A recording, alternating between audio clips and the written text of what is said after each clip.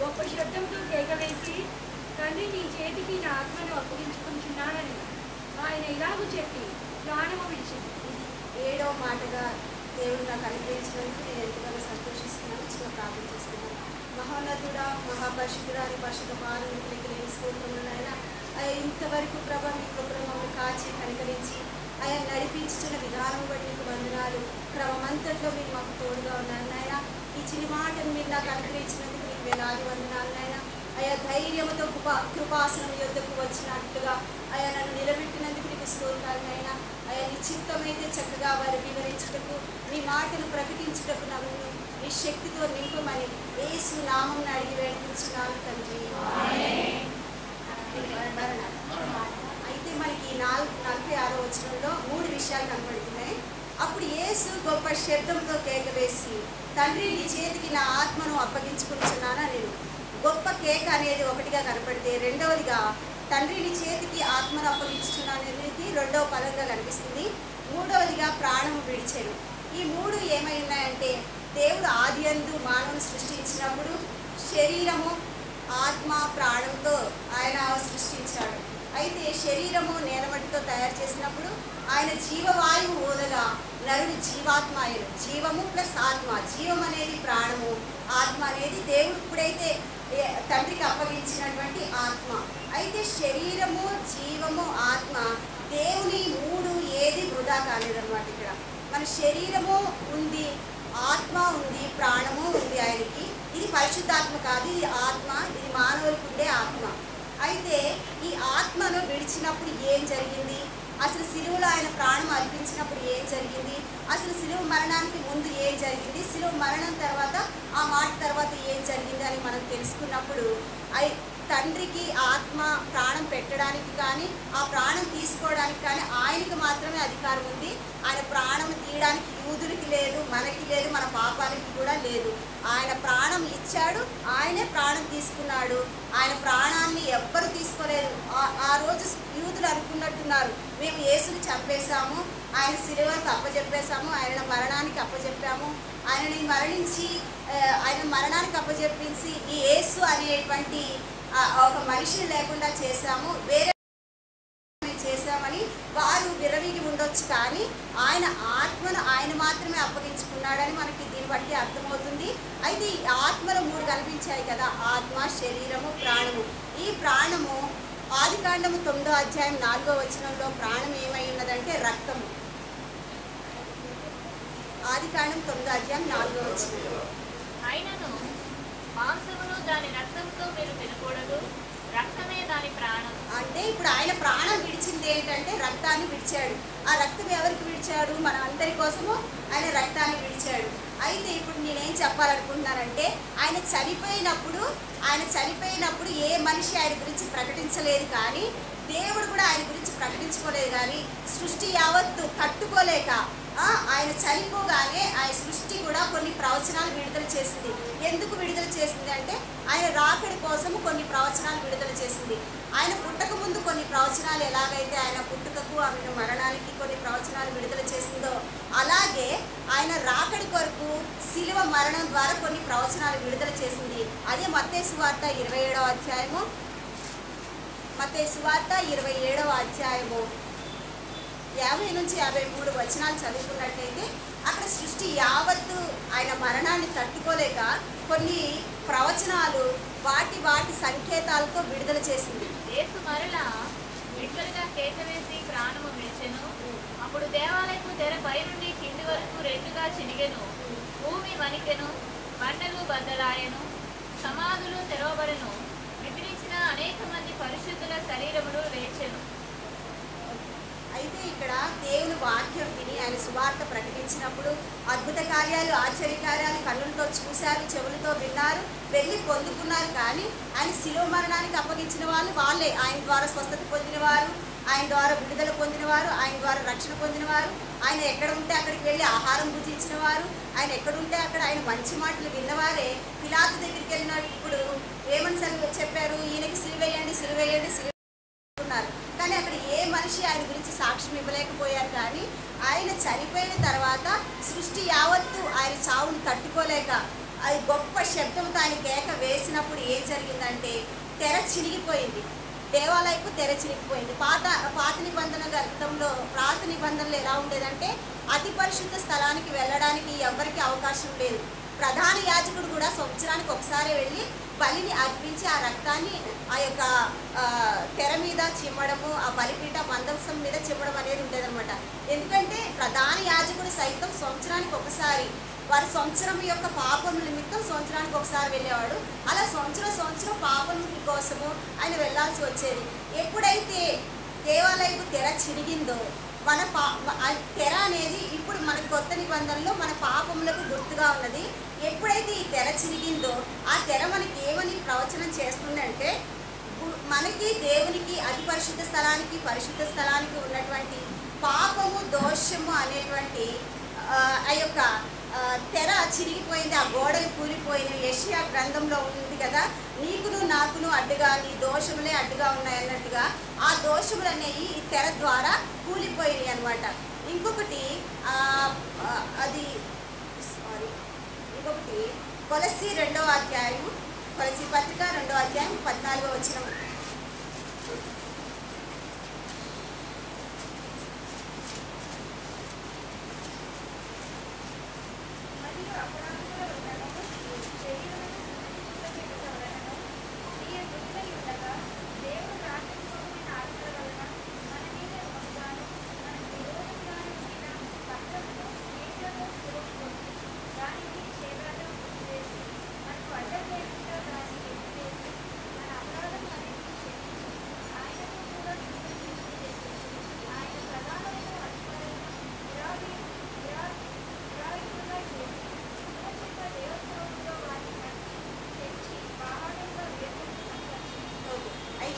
చెప్తున్నాడంటే ఆయన రక్తం ఏం చేసిందంటే తెర అనేటువంటి మన పాపములు అనేటువంటి పత్రాన్ని ఆయన రక్తంతో కడిగివేసి చించివేసి ఆయనకి మనకి మధ్యలో ఏమీ లేకుండా ధైర్యంతో ఆయన కృపాసనం యొద్దకు మనం వెళ్ళడానికి ఈ తెర అనేది చిరిగిపోయింది అనమాట. అయితే పాత నిబంధనలో ఉన్నటువంటి కొన్ని తరాలుగా వచ్చుచున్నటువంటి ప్రతి విధమైన తెర, ప్రతి విధమైన దోషము, ప్రతి విధమైన అపరాధము, ప్రతి విధమైన బలులు సమస్తము కూడా యేసు నామంలో యేసు సిలువలో ఆయన కేక వేసి తన ప్రాణం విడవగానే తెర చిరిగిపోయింది. తెర చిరిగిపోవడం ద్వారా ఆయనకి మనకు అడ్డుగా ఉన్నటువంటి ప్రతి పాప గంధకము విడిపోయింది. తర్వాత బండలు బద్దలయ్యాయి అన్నమాట. బండలు బద్దలయ్యాయి అనే దానికి అసలు దాని యొక్క ప్రవచనం ఏంటంటే మత్తయి సువార్త 27వ అధ్యాయం 54వ వచనం.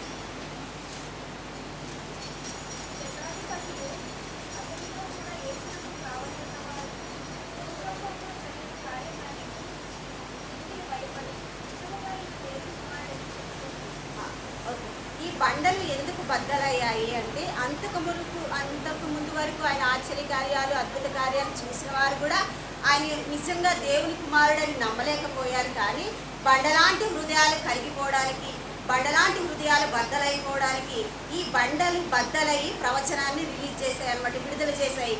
ఏంటంటే ఈ బద్దలవ్వడం ద్వారానే అక్కడ శతాధిపతియు అతనితో ఉన్న కొంత సైన్యం కూడా ఈయన నిజముగా దేవుని కుమారుడే అని ఒప్పుకున్నారనమాట. ఈయన నిజముగా దేవుని కుమారుడే అని ఆయన మరణం తర్వాత మొట్టమొదటిగా వాళ్ళే ఒప్పుకున్నారు. తర్వాత బండలాంటి హృదయాలు ఎలాగ బద్దలయ్యాయి ఆయన మరణం తర్వాత. పేతురు బోధించినప్పుడు అపోస్తల కార్యం 2వ అధ్యాయంలో 22వ వచనంలో ఆయన బోధించడం మొదలు పెడతాడనమాట. ఆయన వాళ్ళందరూ భయపడిపోయి శిలువ మరణానికి అప్పచెప్తున్నప్పుడు వాళ్ళందరూ భయపడిపోయి మేడగదిలో పెంతెకొస్తు దినమున పరిశుద్ధాత్మ వారి మీదకి దిగి వచ్చిన తర్వాత వాళ్ళే ఆ యొక్క పరిశుద్ధాత్మ ధ్వనికి అనేక మంది అన్యులు ఆ మేడగది చుట్టూరు పోగుపడ్డారు. ఎంతమంది అంటే వేలలో మంది పోగుపడ్డారు. ఏంటి ఇక్కడ శబ్దం, ఏంటి ఇక్కడ ధ్వని అని. అయితే అప్పుడు పేతురు బోధించడం మొదలు పెడతాడు. మీరు ఆయన ఎన్నో అద్భుత కార్యాలు, ఆశ్చర్య కార్యాలు మీ మధ్య చేశాడు, కానీ మీరు ఏమాత్రం ఆయనని అంగీకరించలేదు. ఆయన దేవుడి కుమారుడిగా మీరు అంగీకరించలేదు. మీరు ఆయనను మరణానికి అప్పగించారు. ఆయన తిరిగి లేచాడు, దానికి మేమే సాక్షులమని అతను గట్టిగా, అంటే వాళ్ళని చంపేస్తారన్న భయం కూడా లేకుండా గట్టిగా వారితో వాదించేసరికి వాళ్ళ హృదయాలు నొచ్చుకుని అంట 41వ వచనంలో, 2వ అధ్యాయం 41వ వచనంలో, కాబట్టి అతని వాక్యము 37వ వచనం, ఈ మాట విని వారి హృదయంలో నొచ్చుకుని సహోదరులారా మేమేమి చేద్దామని పేతుర్ని అపొస్తలులు అడగగా, పేతురు మీరు మారు మనసు పొంది పాపక్షమాపణ నిమిత్తము ప్రతివాడు యేసుక్రీస్తు నామమున బాప్తిసం పొందుడి, అప్పుడు మీరు పరిశుద్ధాత్మను ఆ తర్వాత 41వ వచనంలో ఆ దినమందు ఇంచుమించు 3000 మంది రాతి గుండెలు బాప్తిసం పొందారనమాట. ఆ బండలు బద్దలవ్వడానికి ప్రవచనం ఏమైందంటే, ఇలాంటి బండ హృదయాలు దేవుని యొద్దకు సమీపంగా వెళ్ళడానికి ఈ సృష్టి విడుదల చేసినటువంటి బండలు బద్దలు కొట్టడం అనేది. అదేవిధంగా సౌలు ఎంత పెద్ద బండో మనకు తెలుసు. ఆయన సహితము 9వ అధ్యాయం వచ్చేసరికి బండలాంటి హృదయం బద్దలైపోయి దేవునికి గొప్ప సాక్షిగా ఎన్నో పత్రికలు, ఎన్నో లెటర్స్ మనకి ఈ అపొస్తలుల కార్యం దగ్గర నుంచి ఎన్నో రాశాడు ఆయన. అలాంటి బండలాంటి హృదయం కూడా బద్దలవడానికి ఈయన సిలువలో ఈ సృష్టి బండలు బద్దలు కొట్టేటువంటి ఓ ప్రవచనాన్ని విడుదల చేసింది. తర్వాత లూకా సువార్త 23:45 వచనం.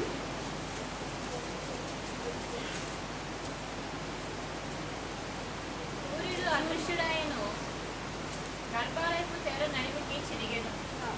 చీకటి కమ్మను అది 45 వచనం. చీకటి కమ్మెను. అది చాలు. తర్వాత అక్కడ చీకటి కూడా కమ్మిందనమాట. అంటే సృష్టి ఏ విధంగా ఒక్కొక్క క్రియ ద్వారా అక్కడ మనకి ప్రవచనాలు విడుదల చేస్తుందంటే, ఈ చీకటి కమ్మడం ఎందుకు చీకటి కమ్మింది? అయితే మనకు అపొస్తలుల కార్యం 2వ అధ్యాయం 11వ వచనంలో వాళ్ళందరూ దేవుడు ఆరోహణమై వెళ్తున్నప్పుడు కింద గలిలియ వారు చూస్తారు యేసయ్య అలా ఆరోహణం వెళ్తుంటే. అక్కడ చూస్తున్నప్పుడు అక్కడ నిల్చున్న వారు, మీరు ఏం చూస్తున్నారు పైకి, ఆయన ఏ రీతిగా వెళ్ళాడో ఆ రీతిగానే రాబోతున్నాడు అనే దానికి రుజువుగా ఎప్పుడైతే చీకటి కమ్మిందో చనిపోయినప్పుడు ఆయన వచ్చేటప్పుడు కూడా భూమి మీద చీకటి కమ్ముతుంది అనే ఒక ప్రవచనాన్ని ఇక్కడ సృష్టి మనకి విడుదల చేసిందనమాట. మత్తయి సువార్త 24వ అధ్యాయంలో కూడా 29వ వచనంలో రాకడ సూచనలు ఉంటాయి కదా, సూర్యుడు చీకటి అయిపోతాడు, చంద్రుడు రక్తవర్ణుడు అయిపోతాడని. మత్తయి సువార్త 29. శ్రమ ముగిసిన వెంటనే చీకటి సూర్యుని కమ్మును, చంద్రుడు కాంతినీయుడు, ఆకాశం నుండి నక్షత్రములు రాలు. ఓకే, అయితే చీకటి అది ఈ చీకటి ఎందుకు కమ్మింది, ఎందుకు దేవుడు చచ్చిపోగానే చీకటి కమ్మింది, బండలు బద్దలైపోయింది, తెర ఎందుకు చిరిగిపోయింది, ఇదేంటి అపశకునం అని అనుకున్నారేమో అక్కడ. కానీ వారికి తెలియదు కదా మర్మంతో కూడిన దేవుని బోధ. చీకటి కమ్మడం అంటే దేవుడు వచ్చేటప్పుడు ఇప్పుడు ఎలా వెళ్ళాడో దేవుడు అలాగే తిరిగి వస్తాడు. ఆయన ప్రాణం విడిచినప్పుడు ఏమేమి సంఘటనలు జరిగాయో, బండలు బద్దలవడం, భూమి కూడా వణికిందని మనకు అక్కడ ఉంటుంది. భూకంపం కలిగింది, బండలు బద్దలయ్యాయి, చీకటి కమ్మింది, తెర చిరిగింది. తెర కూడా పైనుంచి కిందకి చిరిగింది. ఒకవేళ కింద నుంచి పైకి చిరిగి ఉంటే కనుక ఆ యూదులేమనేవాళ్ళు, యేసు ప్రభు శిష్యులే చింపేశారు కింద నుంచి అనేవాళ్ళు. అందుకనే ఆ తెర దేవుడు కూడా తెలివిగా జ్ఞానంతో పైనుంచి కిందకి చింపాడు అనమాట. మీకు నాకు అడ్డుగా ఏ గోడలు లేవని. ఆ తెర చినగడము, చీకటి కమ్మడము, సమాధులు తెరవబడము అనేది కూడా దేవునికి రావడానికి సూచనే. అది దేవుని రాకడికి సూచనగా ఈ సమాధుల్లోంచి తెరవబడ్డారు, పరిశుద్ధులు లేవనెత్తబడ్డారు. దేవుడు పునరుద్ధానమైన 3వ దినమున వాళ్ళు కూడా పరిశుద్ధ పట్టణంలోకి ప్రవేశించి అనేకులకి వారికి అగుపడుచు ఉన్నారని సమాధులు తెరవబడిన దాంట్లో ఉంటుంది. అసలు ఏంటంటే నీ పరిశుద్ధుల్ని కుళ్ళు పట్టనీయు అనేటువంటి వాగ్దానం, అంటే పరిశుద్ధులు లేపబడ్డారు, పరిశుద్ధుల్ని కుళ్ళు పట్టనీయవు అనే వాగ్దానం నెరవేర్చబడింది, ప్రవచనం నెరవేర్చబడింది. మత్తయి సువార్త 27వ అధ్యాయం 53వ వచనంలో సమాధులు తెరవబడతాయని రాకడలో. సమాధులలోని బయటికి వచ్చి ఆయన లేచిన తర్వాత పరిశుద్ధ పట్టణంలో ప్రవేశించి అనేకులకు అగుపడ్డారు. ఈ పరిశుద్ధులు కుళ్ళు పట్టని ఆ పరిశుద్ధులు ఈ పరిశుద్ధులుగా ఉన్నవారే కనుక వీళ్ళు కూడా సమాధిలోంచి లేవనెట్టబడ్డారు. అది కూడా దేవుని రాకడికి సూచనే. 1 తెస్సలోనీయులకు రాసిన పత్రిక 3వ అధ్యాయం 14 నుండి 17 వచనాలు. 1 తెస్సలోనీయుల పత్రిక 3వ అధ్యాయం 14 నుండి 17 వచనాలు. యేసు మృతి పొంది తిరిగి లేచినని మనం నమ్మినట్లా అదే ప్రకారం యేసునందు నిద్రించిన వారిని దేవుడు ఆయనతో కూడా వెంటబెట్టుకుని వచ్చును. మేము ప్రభు మాటను బట్టి మీతో చెప్పినదేమనగా, ప్రభు రాకడి వరకు సజీవమైనడు మనము నిద్రించిన వారి అంటే ముందుగా ఆయన సన్నిధి చేరము. ఆర్భాటముతోనూ ప్రధాన దూతల శబ్దంతోనూ దేవుని బూరతోనూ దేవుడు పరలోకం నుండి ప్రభు దిగివచ్చును. క్రీస్తు నుండి మృతులైన వారు మొదటి లేతురు. ఈ మృతులు లేవడం అనేది, సమాధులు తెరవడం అనేది కూడా ఈ 2వ రాకడికి ప్రవచనముగా విడుదలైనటువంటిది. ఎందుకంటే ఆది కాండం నుండి మలాకి వరకు యేసు ప్రభు రాకడ ఎలాగైతే ఆయన మొదటి రాకడ గురించి ప్రవచనాలు ఎలాగైతే విడుదల చేయబడ్డాయో, ప్రకటించబడ్డాయో, అలాగే ఈ సమాధిలో శిలువ మరణం తర్వాత ఈ సృష్టిలో జరిగిన కార్యములను బట్టి అనేక ప్రవచనాలు, దేవుని రాకడ కొరకు గూర్చిన అనేక ప్రవచనాలు మనకి విడుదల చేయబడ్డాయి. సృష్టి తట్టుకోలేకపోయింది. మనుషులు మాత్రం దూరం అయిపోయారు. ఆయనతో తిరిగిన శిష్యులు కూడా ఆయన శిలువ దగ్గర లేరు. ఒక మరియమ్మ గారు, యోహాను శిష్యులు తప్ప మిగతా ఎవ్వరు కూడా ఆయన శిలువ దగ్గర ఎవ్వరు లేరు. ఆయనతో సహాయం పొందినవారు, ఆయన దగ్గర స్వస్థత పొందుకున్నవారు, ఆయన చూసి అబ్బా నువ్వు దేవుడవు, నువ్వు నీ చావుకు మేము రానివ్వము, నీ చావుకు మేము అడ్డుగా వస్తామన్న శిష్యులు సైతము దూరంగా పారిపోయారు. కానీ ఎవ్వరూ లేరు. కానీ సృష్టి తట్టుకోలేక ఆయన మరణము కేక వేసి ఆయన ప్రాణం విడిచినప్పుడు, ఆయన రక్తము కూడా ఆయన ఆత్మతో పరలోకం చేరినప్పుడు సృష్టి తట్టుకోలేక ఇలాంటి వాడిని ప్రవచనాలు విడుదల చేసింది. ఈ ప్రాణం అని చెప్పుకున్నాం కదా. మూడవదిగా ప్రాణం అనేది దేవుని రక్తమే ప్రాణం కదా. అయితే యేసయ్య రక్తము చిందించబడిన తర్వాత ఆయన ప్రాణం అప్పచెప్పుకున్నాక వెంటనే ఆఖరి బొట్టు కూడా చిందించబడింది. ఆఖరి బొట్టు చిందించబడినప్పుడు ఏం జరిగింది? ఈ రక్తం ఏం చేసింది? అసలు ఈ రక్తం ఓన్లీ మన పాపాల కోసమే ఈ లోకానికి వచ్చిందా? అంత పరిశుద్ధ రక్తము మన పాపాలకి సరిపోతుందా? మన పాపాలకే సరిపెట్టేద్దామా? ఇంకా ఈ రక్తం ఏమైనా చేసిందా అంటే ఈ రక్తము 4 పనులు చేసింది. ఒకటి, పరలోకాన్ని జయించింది, భూలోకాన్ని జయించింది, పాతాళ లోకాన్ని జయించింది, మన జీవితాలను కూడా జయిస్తుంది. మరి పరలోకాన్ని జయించింది అనడానికి మనకి వాగ్దానం ఏంటంటే ప్రకటన గ్రంథము 12వ అధ్యాయము 11వ వచనము. వారు గొర్రెపిల్ల రక్తమును బట్టి నాకిచ్చిన సాక్ష్యమును వారిని జయించి ఉన్నారు, కానీ మరణం వరకు తమ ప్రాణములను ప్రేమించిన వారు కాదు. ఇక్కడ ఏమన్నది? గొర్రె పిల్లల రక్తమును బట్టి ఏం జయించారు? ఇక్కడ ఉంది పైన సాతాను కాగా సర్వలోకమును మోసపుచ్చుచు అపవాదియు సాతానని పేరు గల ఆది సర్పమైన మహాఘటా సర్పమును పడద్రోయబడెను. అది భూమి మీద పడద్రోయబడి దాని దూతలు దానితో కూడా పడద్రోయబడ్డాయి. ఎప్పుడైతే శిలువ మరణము, యేసయ్య శిలువ మరణము ఆయన రక్తాన్ని చిందించాడో ఆఖరి బొట్టు వరకు, అప్పుడు ఏమైందంటే అప్పటి వరకు పరలోకంలో బాగా తిరిగేసేది అనమాట ఈ సాతాను. యోబు గ్రంథంలో చూస్తాం కదా, నువ్వు ఎక్కడ వచ్చావని ఆయన సన్నిధికి వచ్చేస్తూ ఉంటుంది. జకర్యా గ్రంథంలో కూడా ఉంటుంది, మన గురించి నిందలు మోపేవాడు పరలోకంలోకి వెళ్తూ ఉంటాడంట, నేరం మోపేవాడు. కానీ ఆయన శిలువ మరణం వరకు అతను చాలా విచ్చలవిడిగా సాతాను తిరిగాడు. కానీ ఎప్పుడైతే శిలువ రక్తం చిందించాడో పరలోకం నుండి త్రోయబడ్డాడంట. పరలోకం నుండి ఇంకా త్రోయబడి ఇంకా అక్కడ స్థానం లేదు, దానికి గేట్లు వేయబడ్డాయి. ఇంకా ఇప్పుడు వెళ్ళడానికి దానికి అసలు పరలోకంలోనికి స్థానం లేదు. కనుక పరలోకంలో ఆయన రక్తము జయించింది, అలాగే పరలోకాన్ని పరిశుద్ధపరిచిందని హెబ్రీలకు రాసిన పత్రిక 9వ అధ్యాయంలో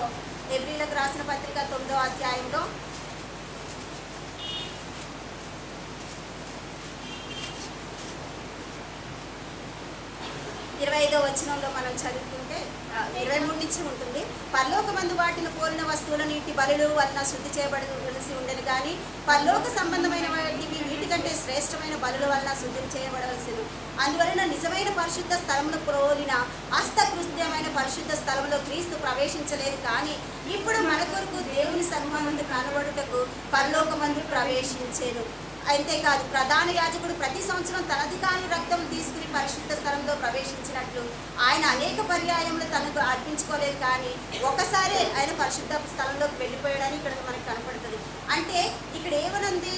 ఈ మన భూలోక సంబంధమైన గుడారంలోనే రక్తంతో శుద్ధి చేయాల్సి ఉంటే పరలోక సంబంధమైన ఆలయం ఇంకా అతి శ్రేష్టమైన రక్తంతో శుద్ధి చేయవలసి ఉన్నదని ఇక్కడ మనకి ఈ వాక్యం ద్వారా తెలుస్తుంది. అంటే పరలోకంలో ఎందుకు పరిశుద్ధపరచాల్సి వస్తుంది? పరలోకాన్ని కూడా పరిశుద్ధపరచాలంటే పరలోకంలో పాపం ఉందా, అపరిశుభ్రత ఉందా అంటే ఉంది. సాతాను ఇన్ని రోజులు ఉంది కాబట్టి, అక్కడ సాతాను ఇన్ని రోజులు తిరిగింది కాబట్టి అది పాపం అక్కడే చేసింది కాబట్టి ఆ పాపాన్ని పరిశుద్ధపరచడానికి ఒక్కసారి ఈయన పరిశుద్ధ స్థలాల్లో ఆయన రక్తాన్ని తీసుకుని ప్రవేశపెట్టాడు అనమాట.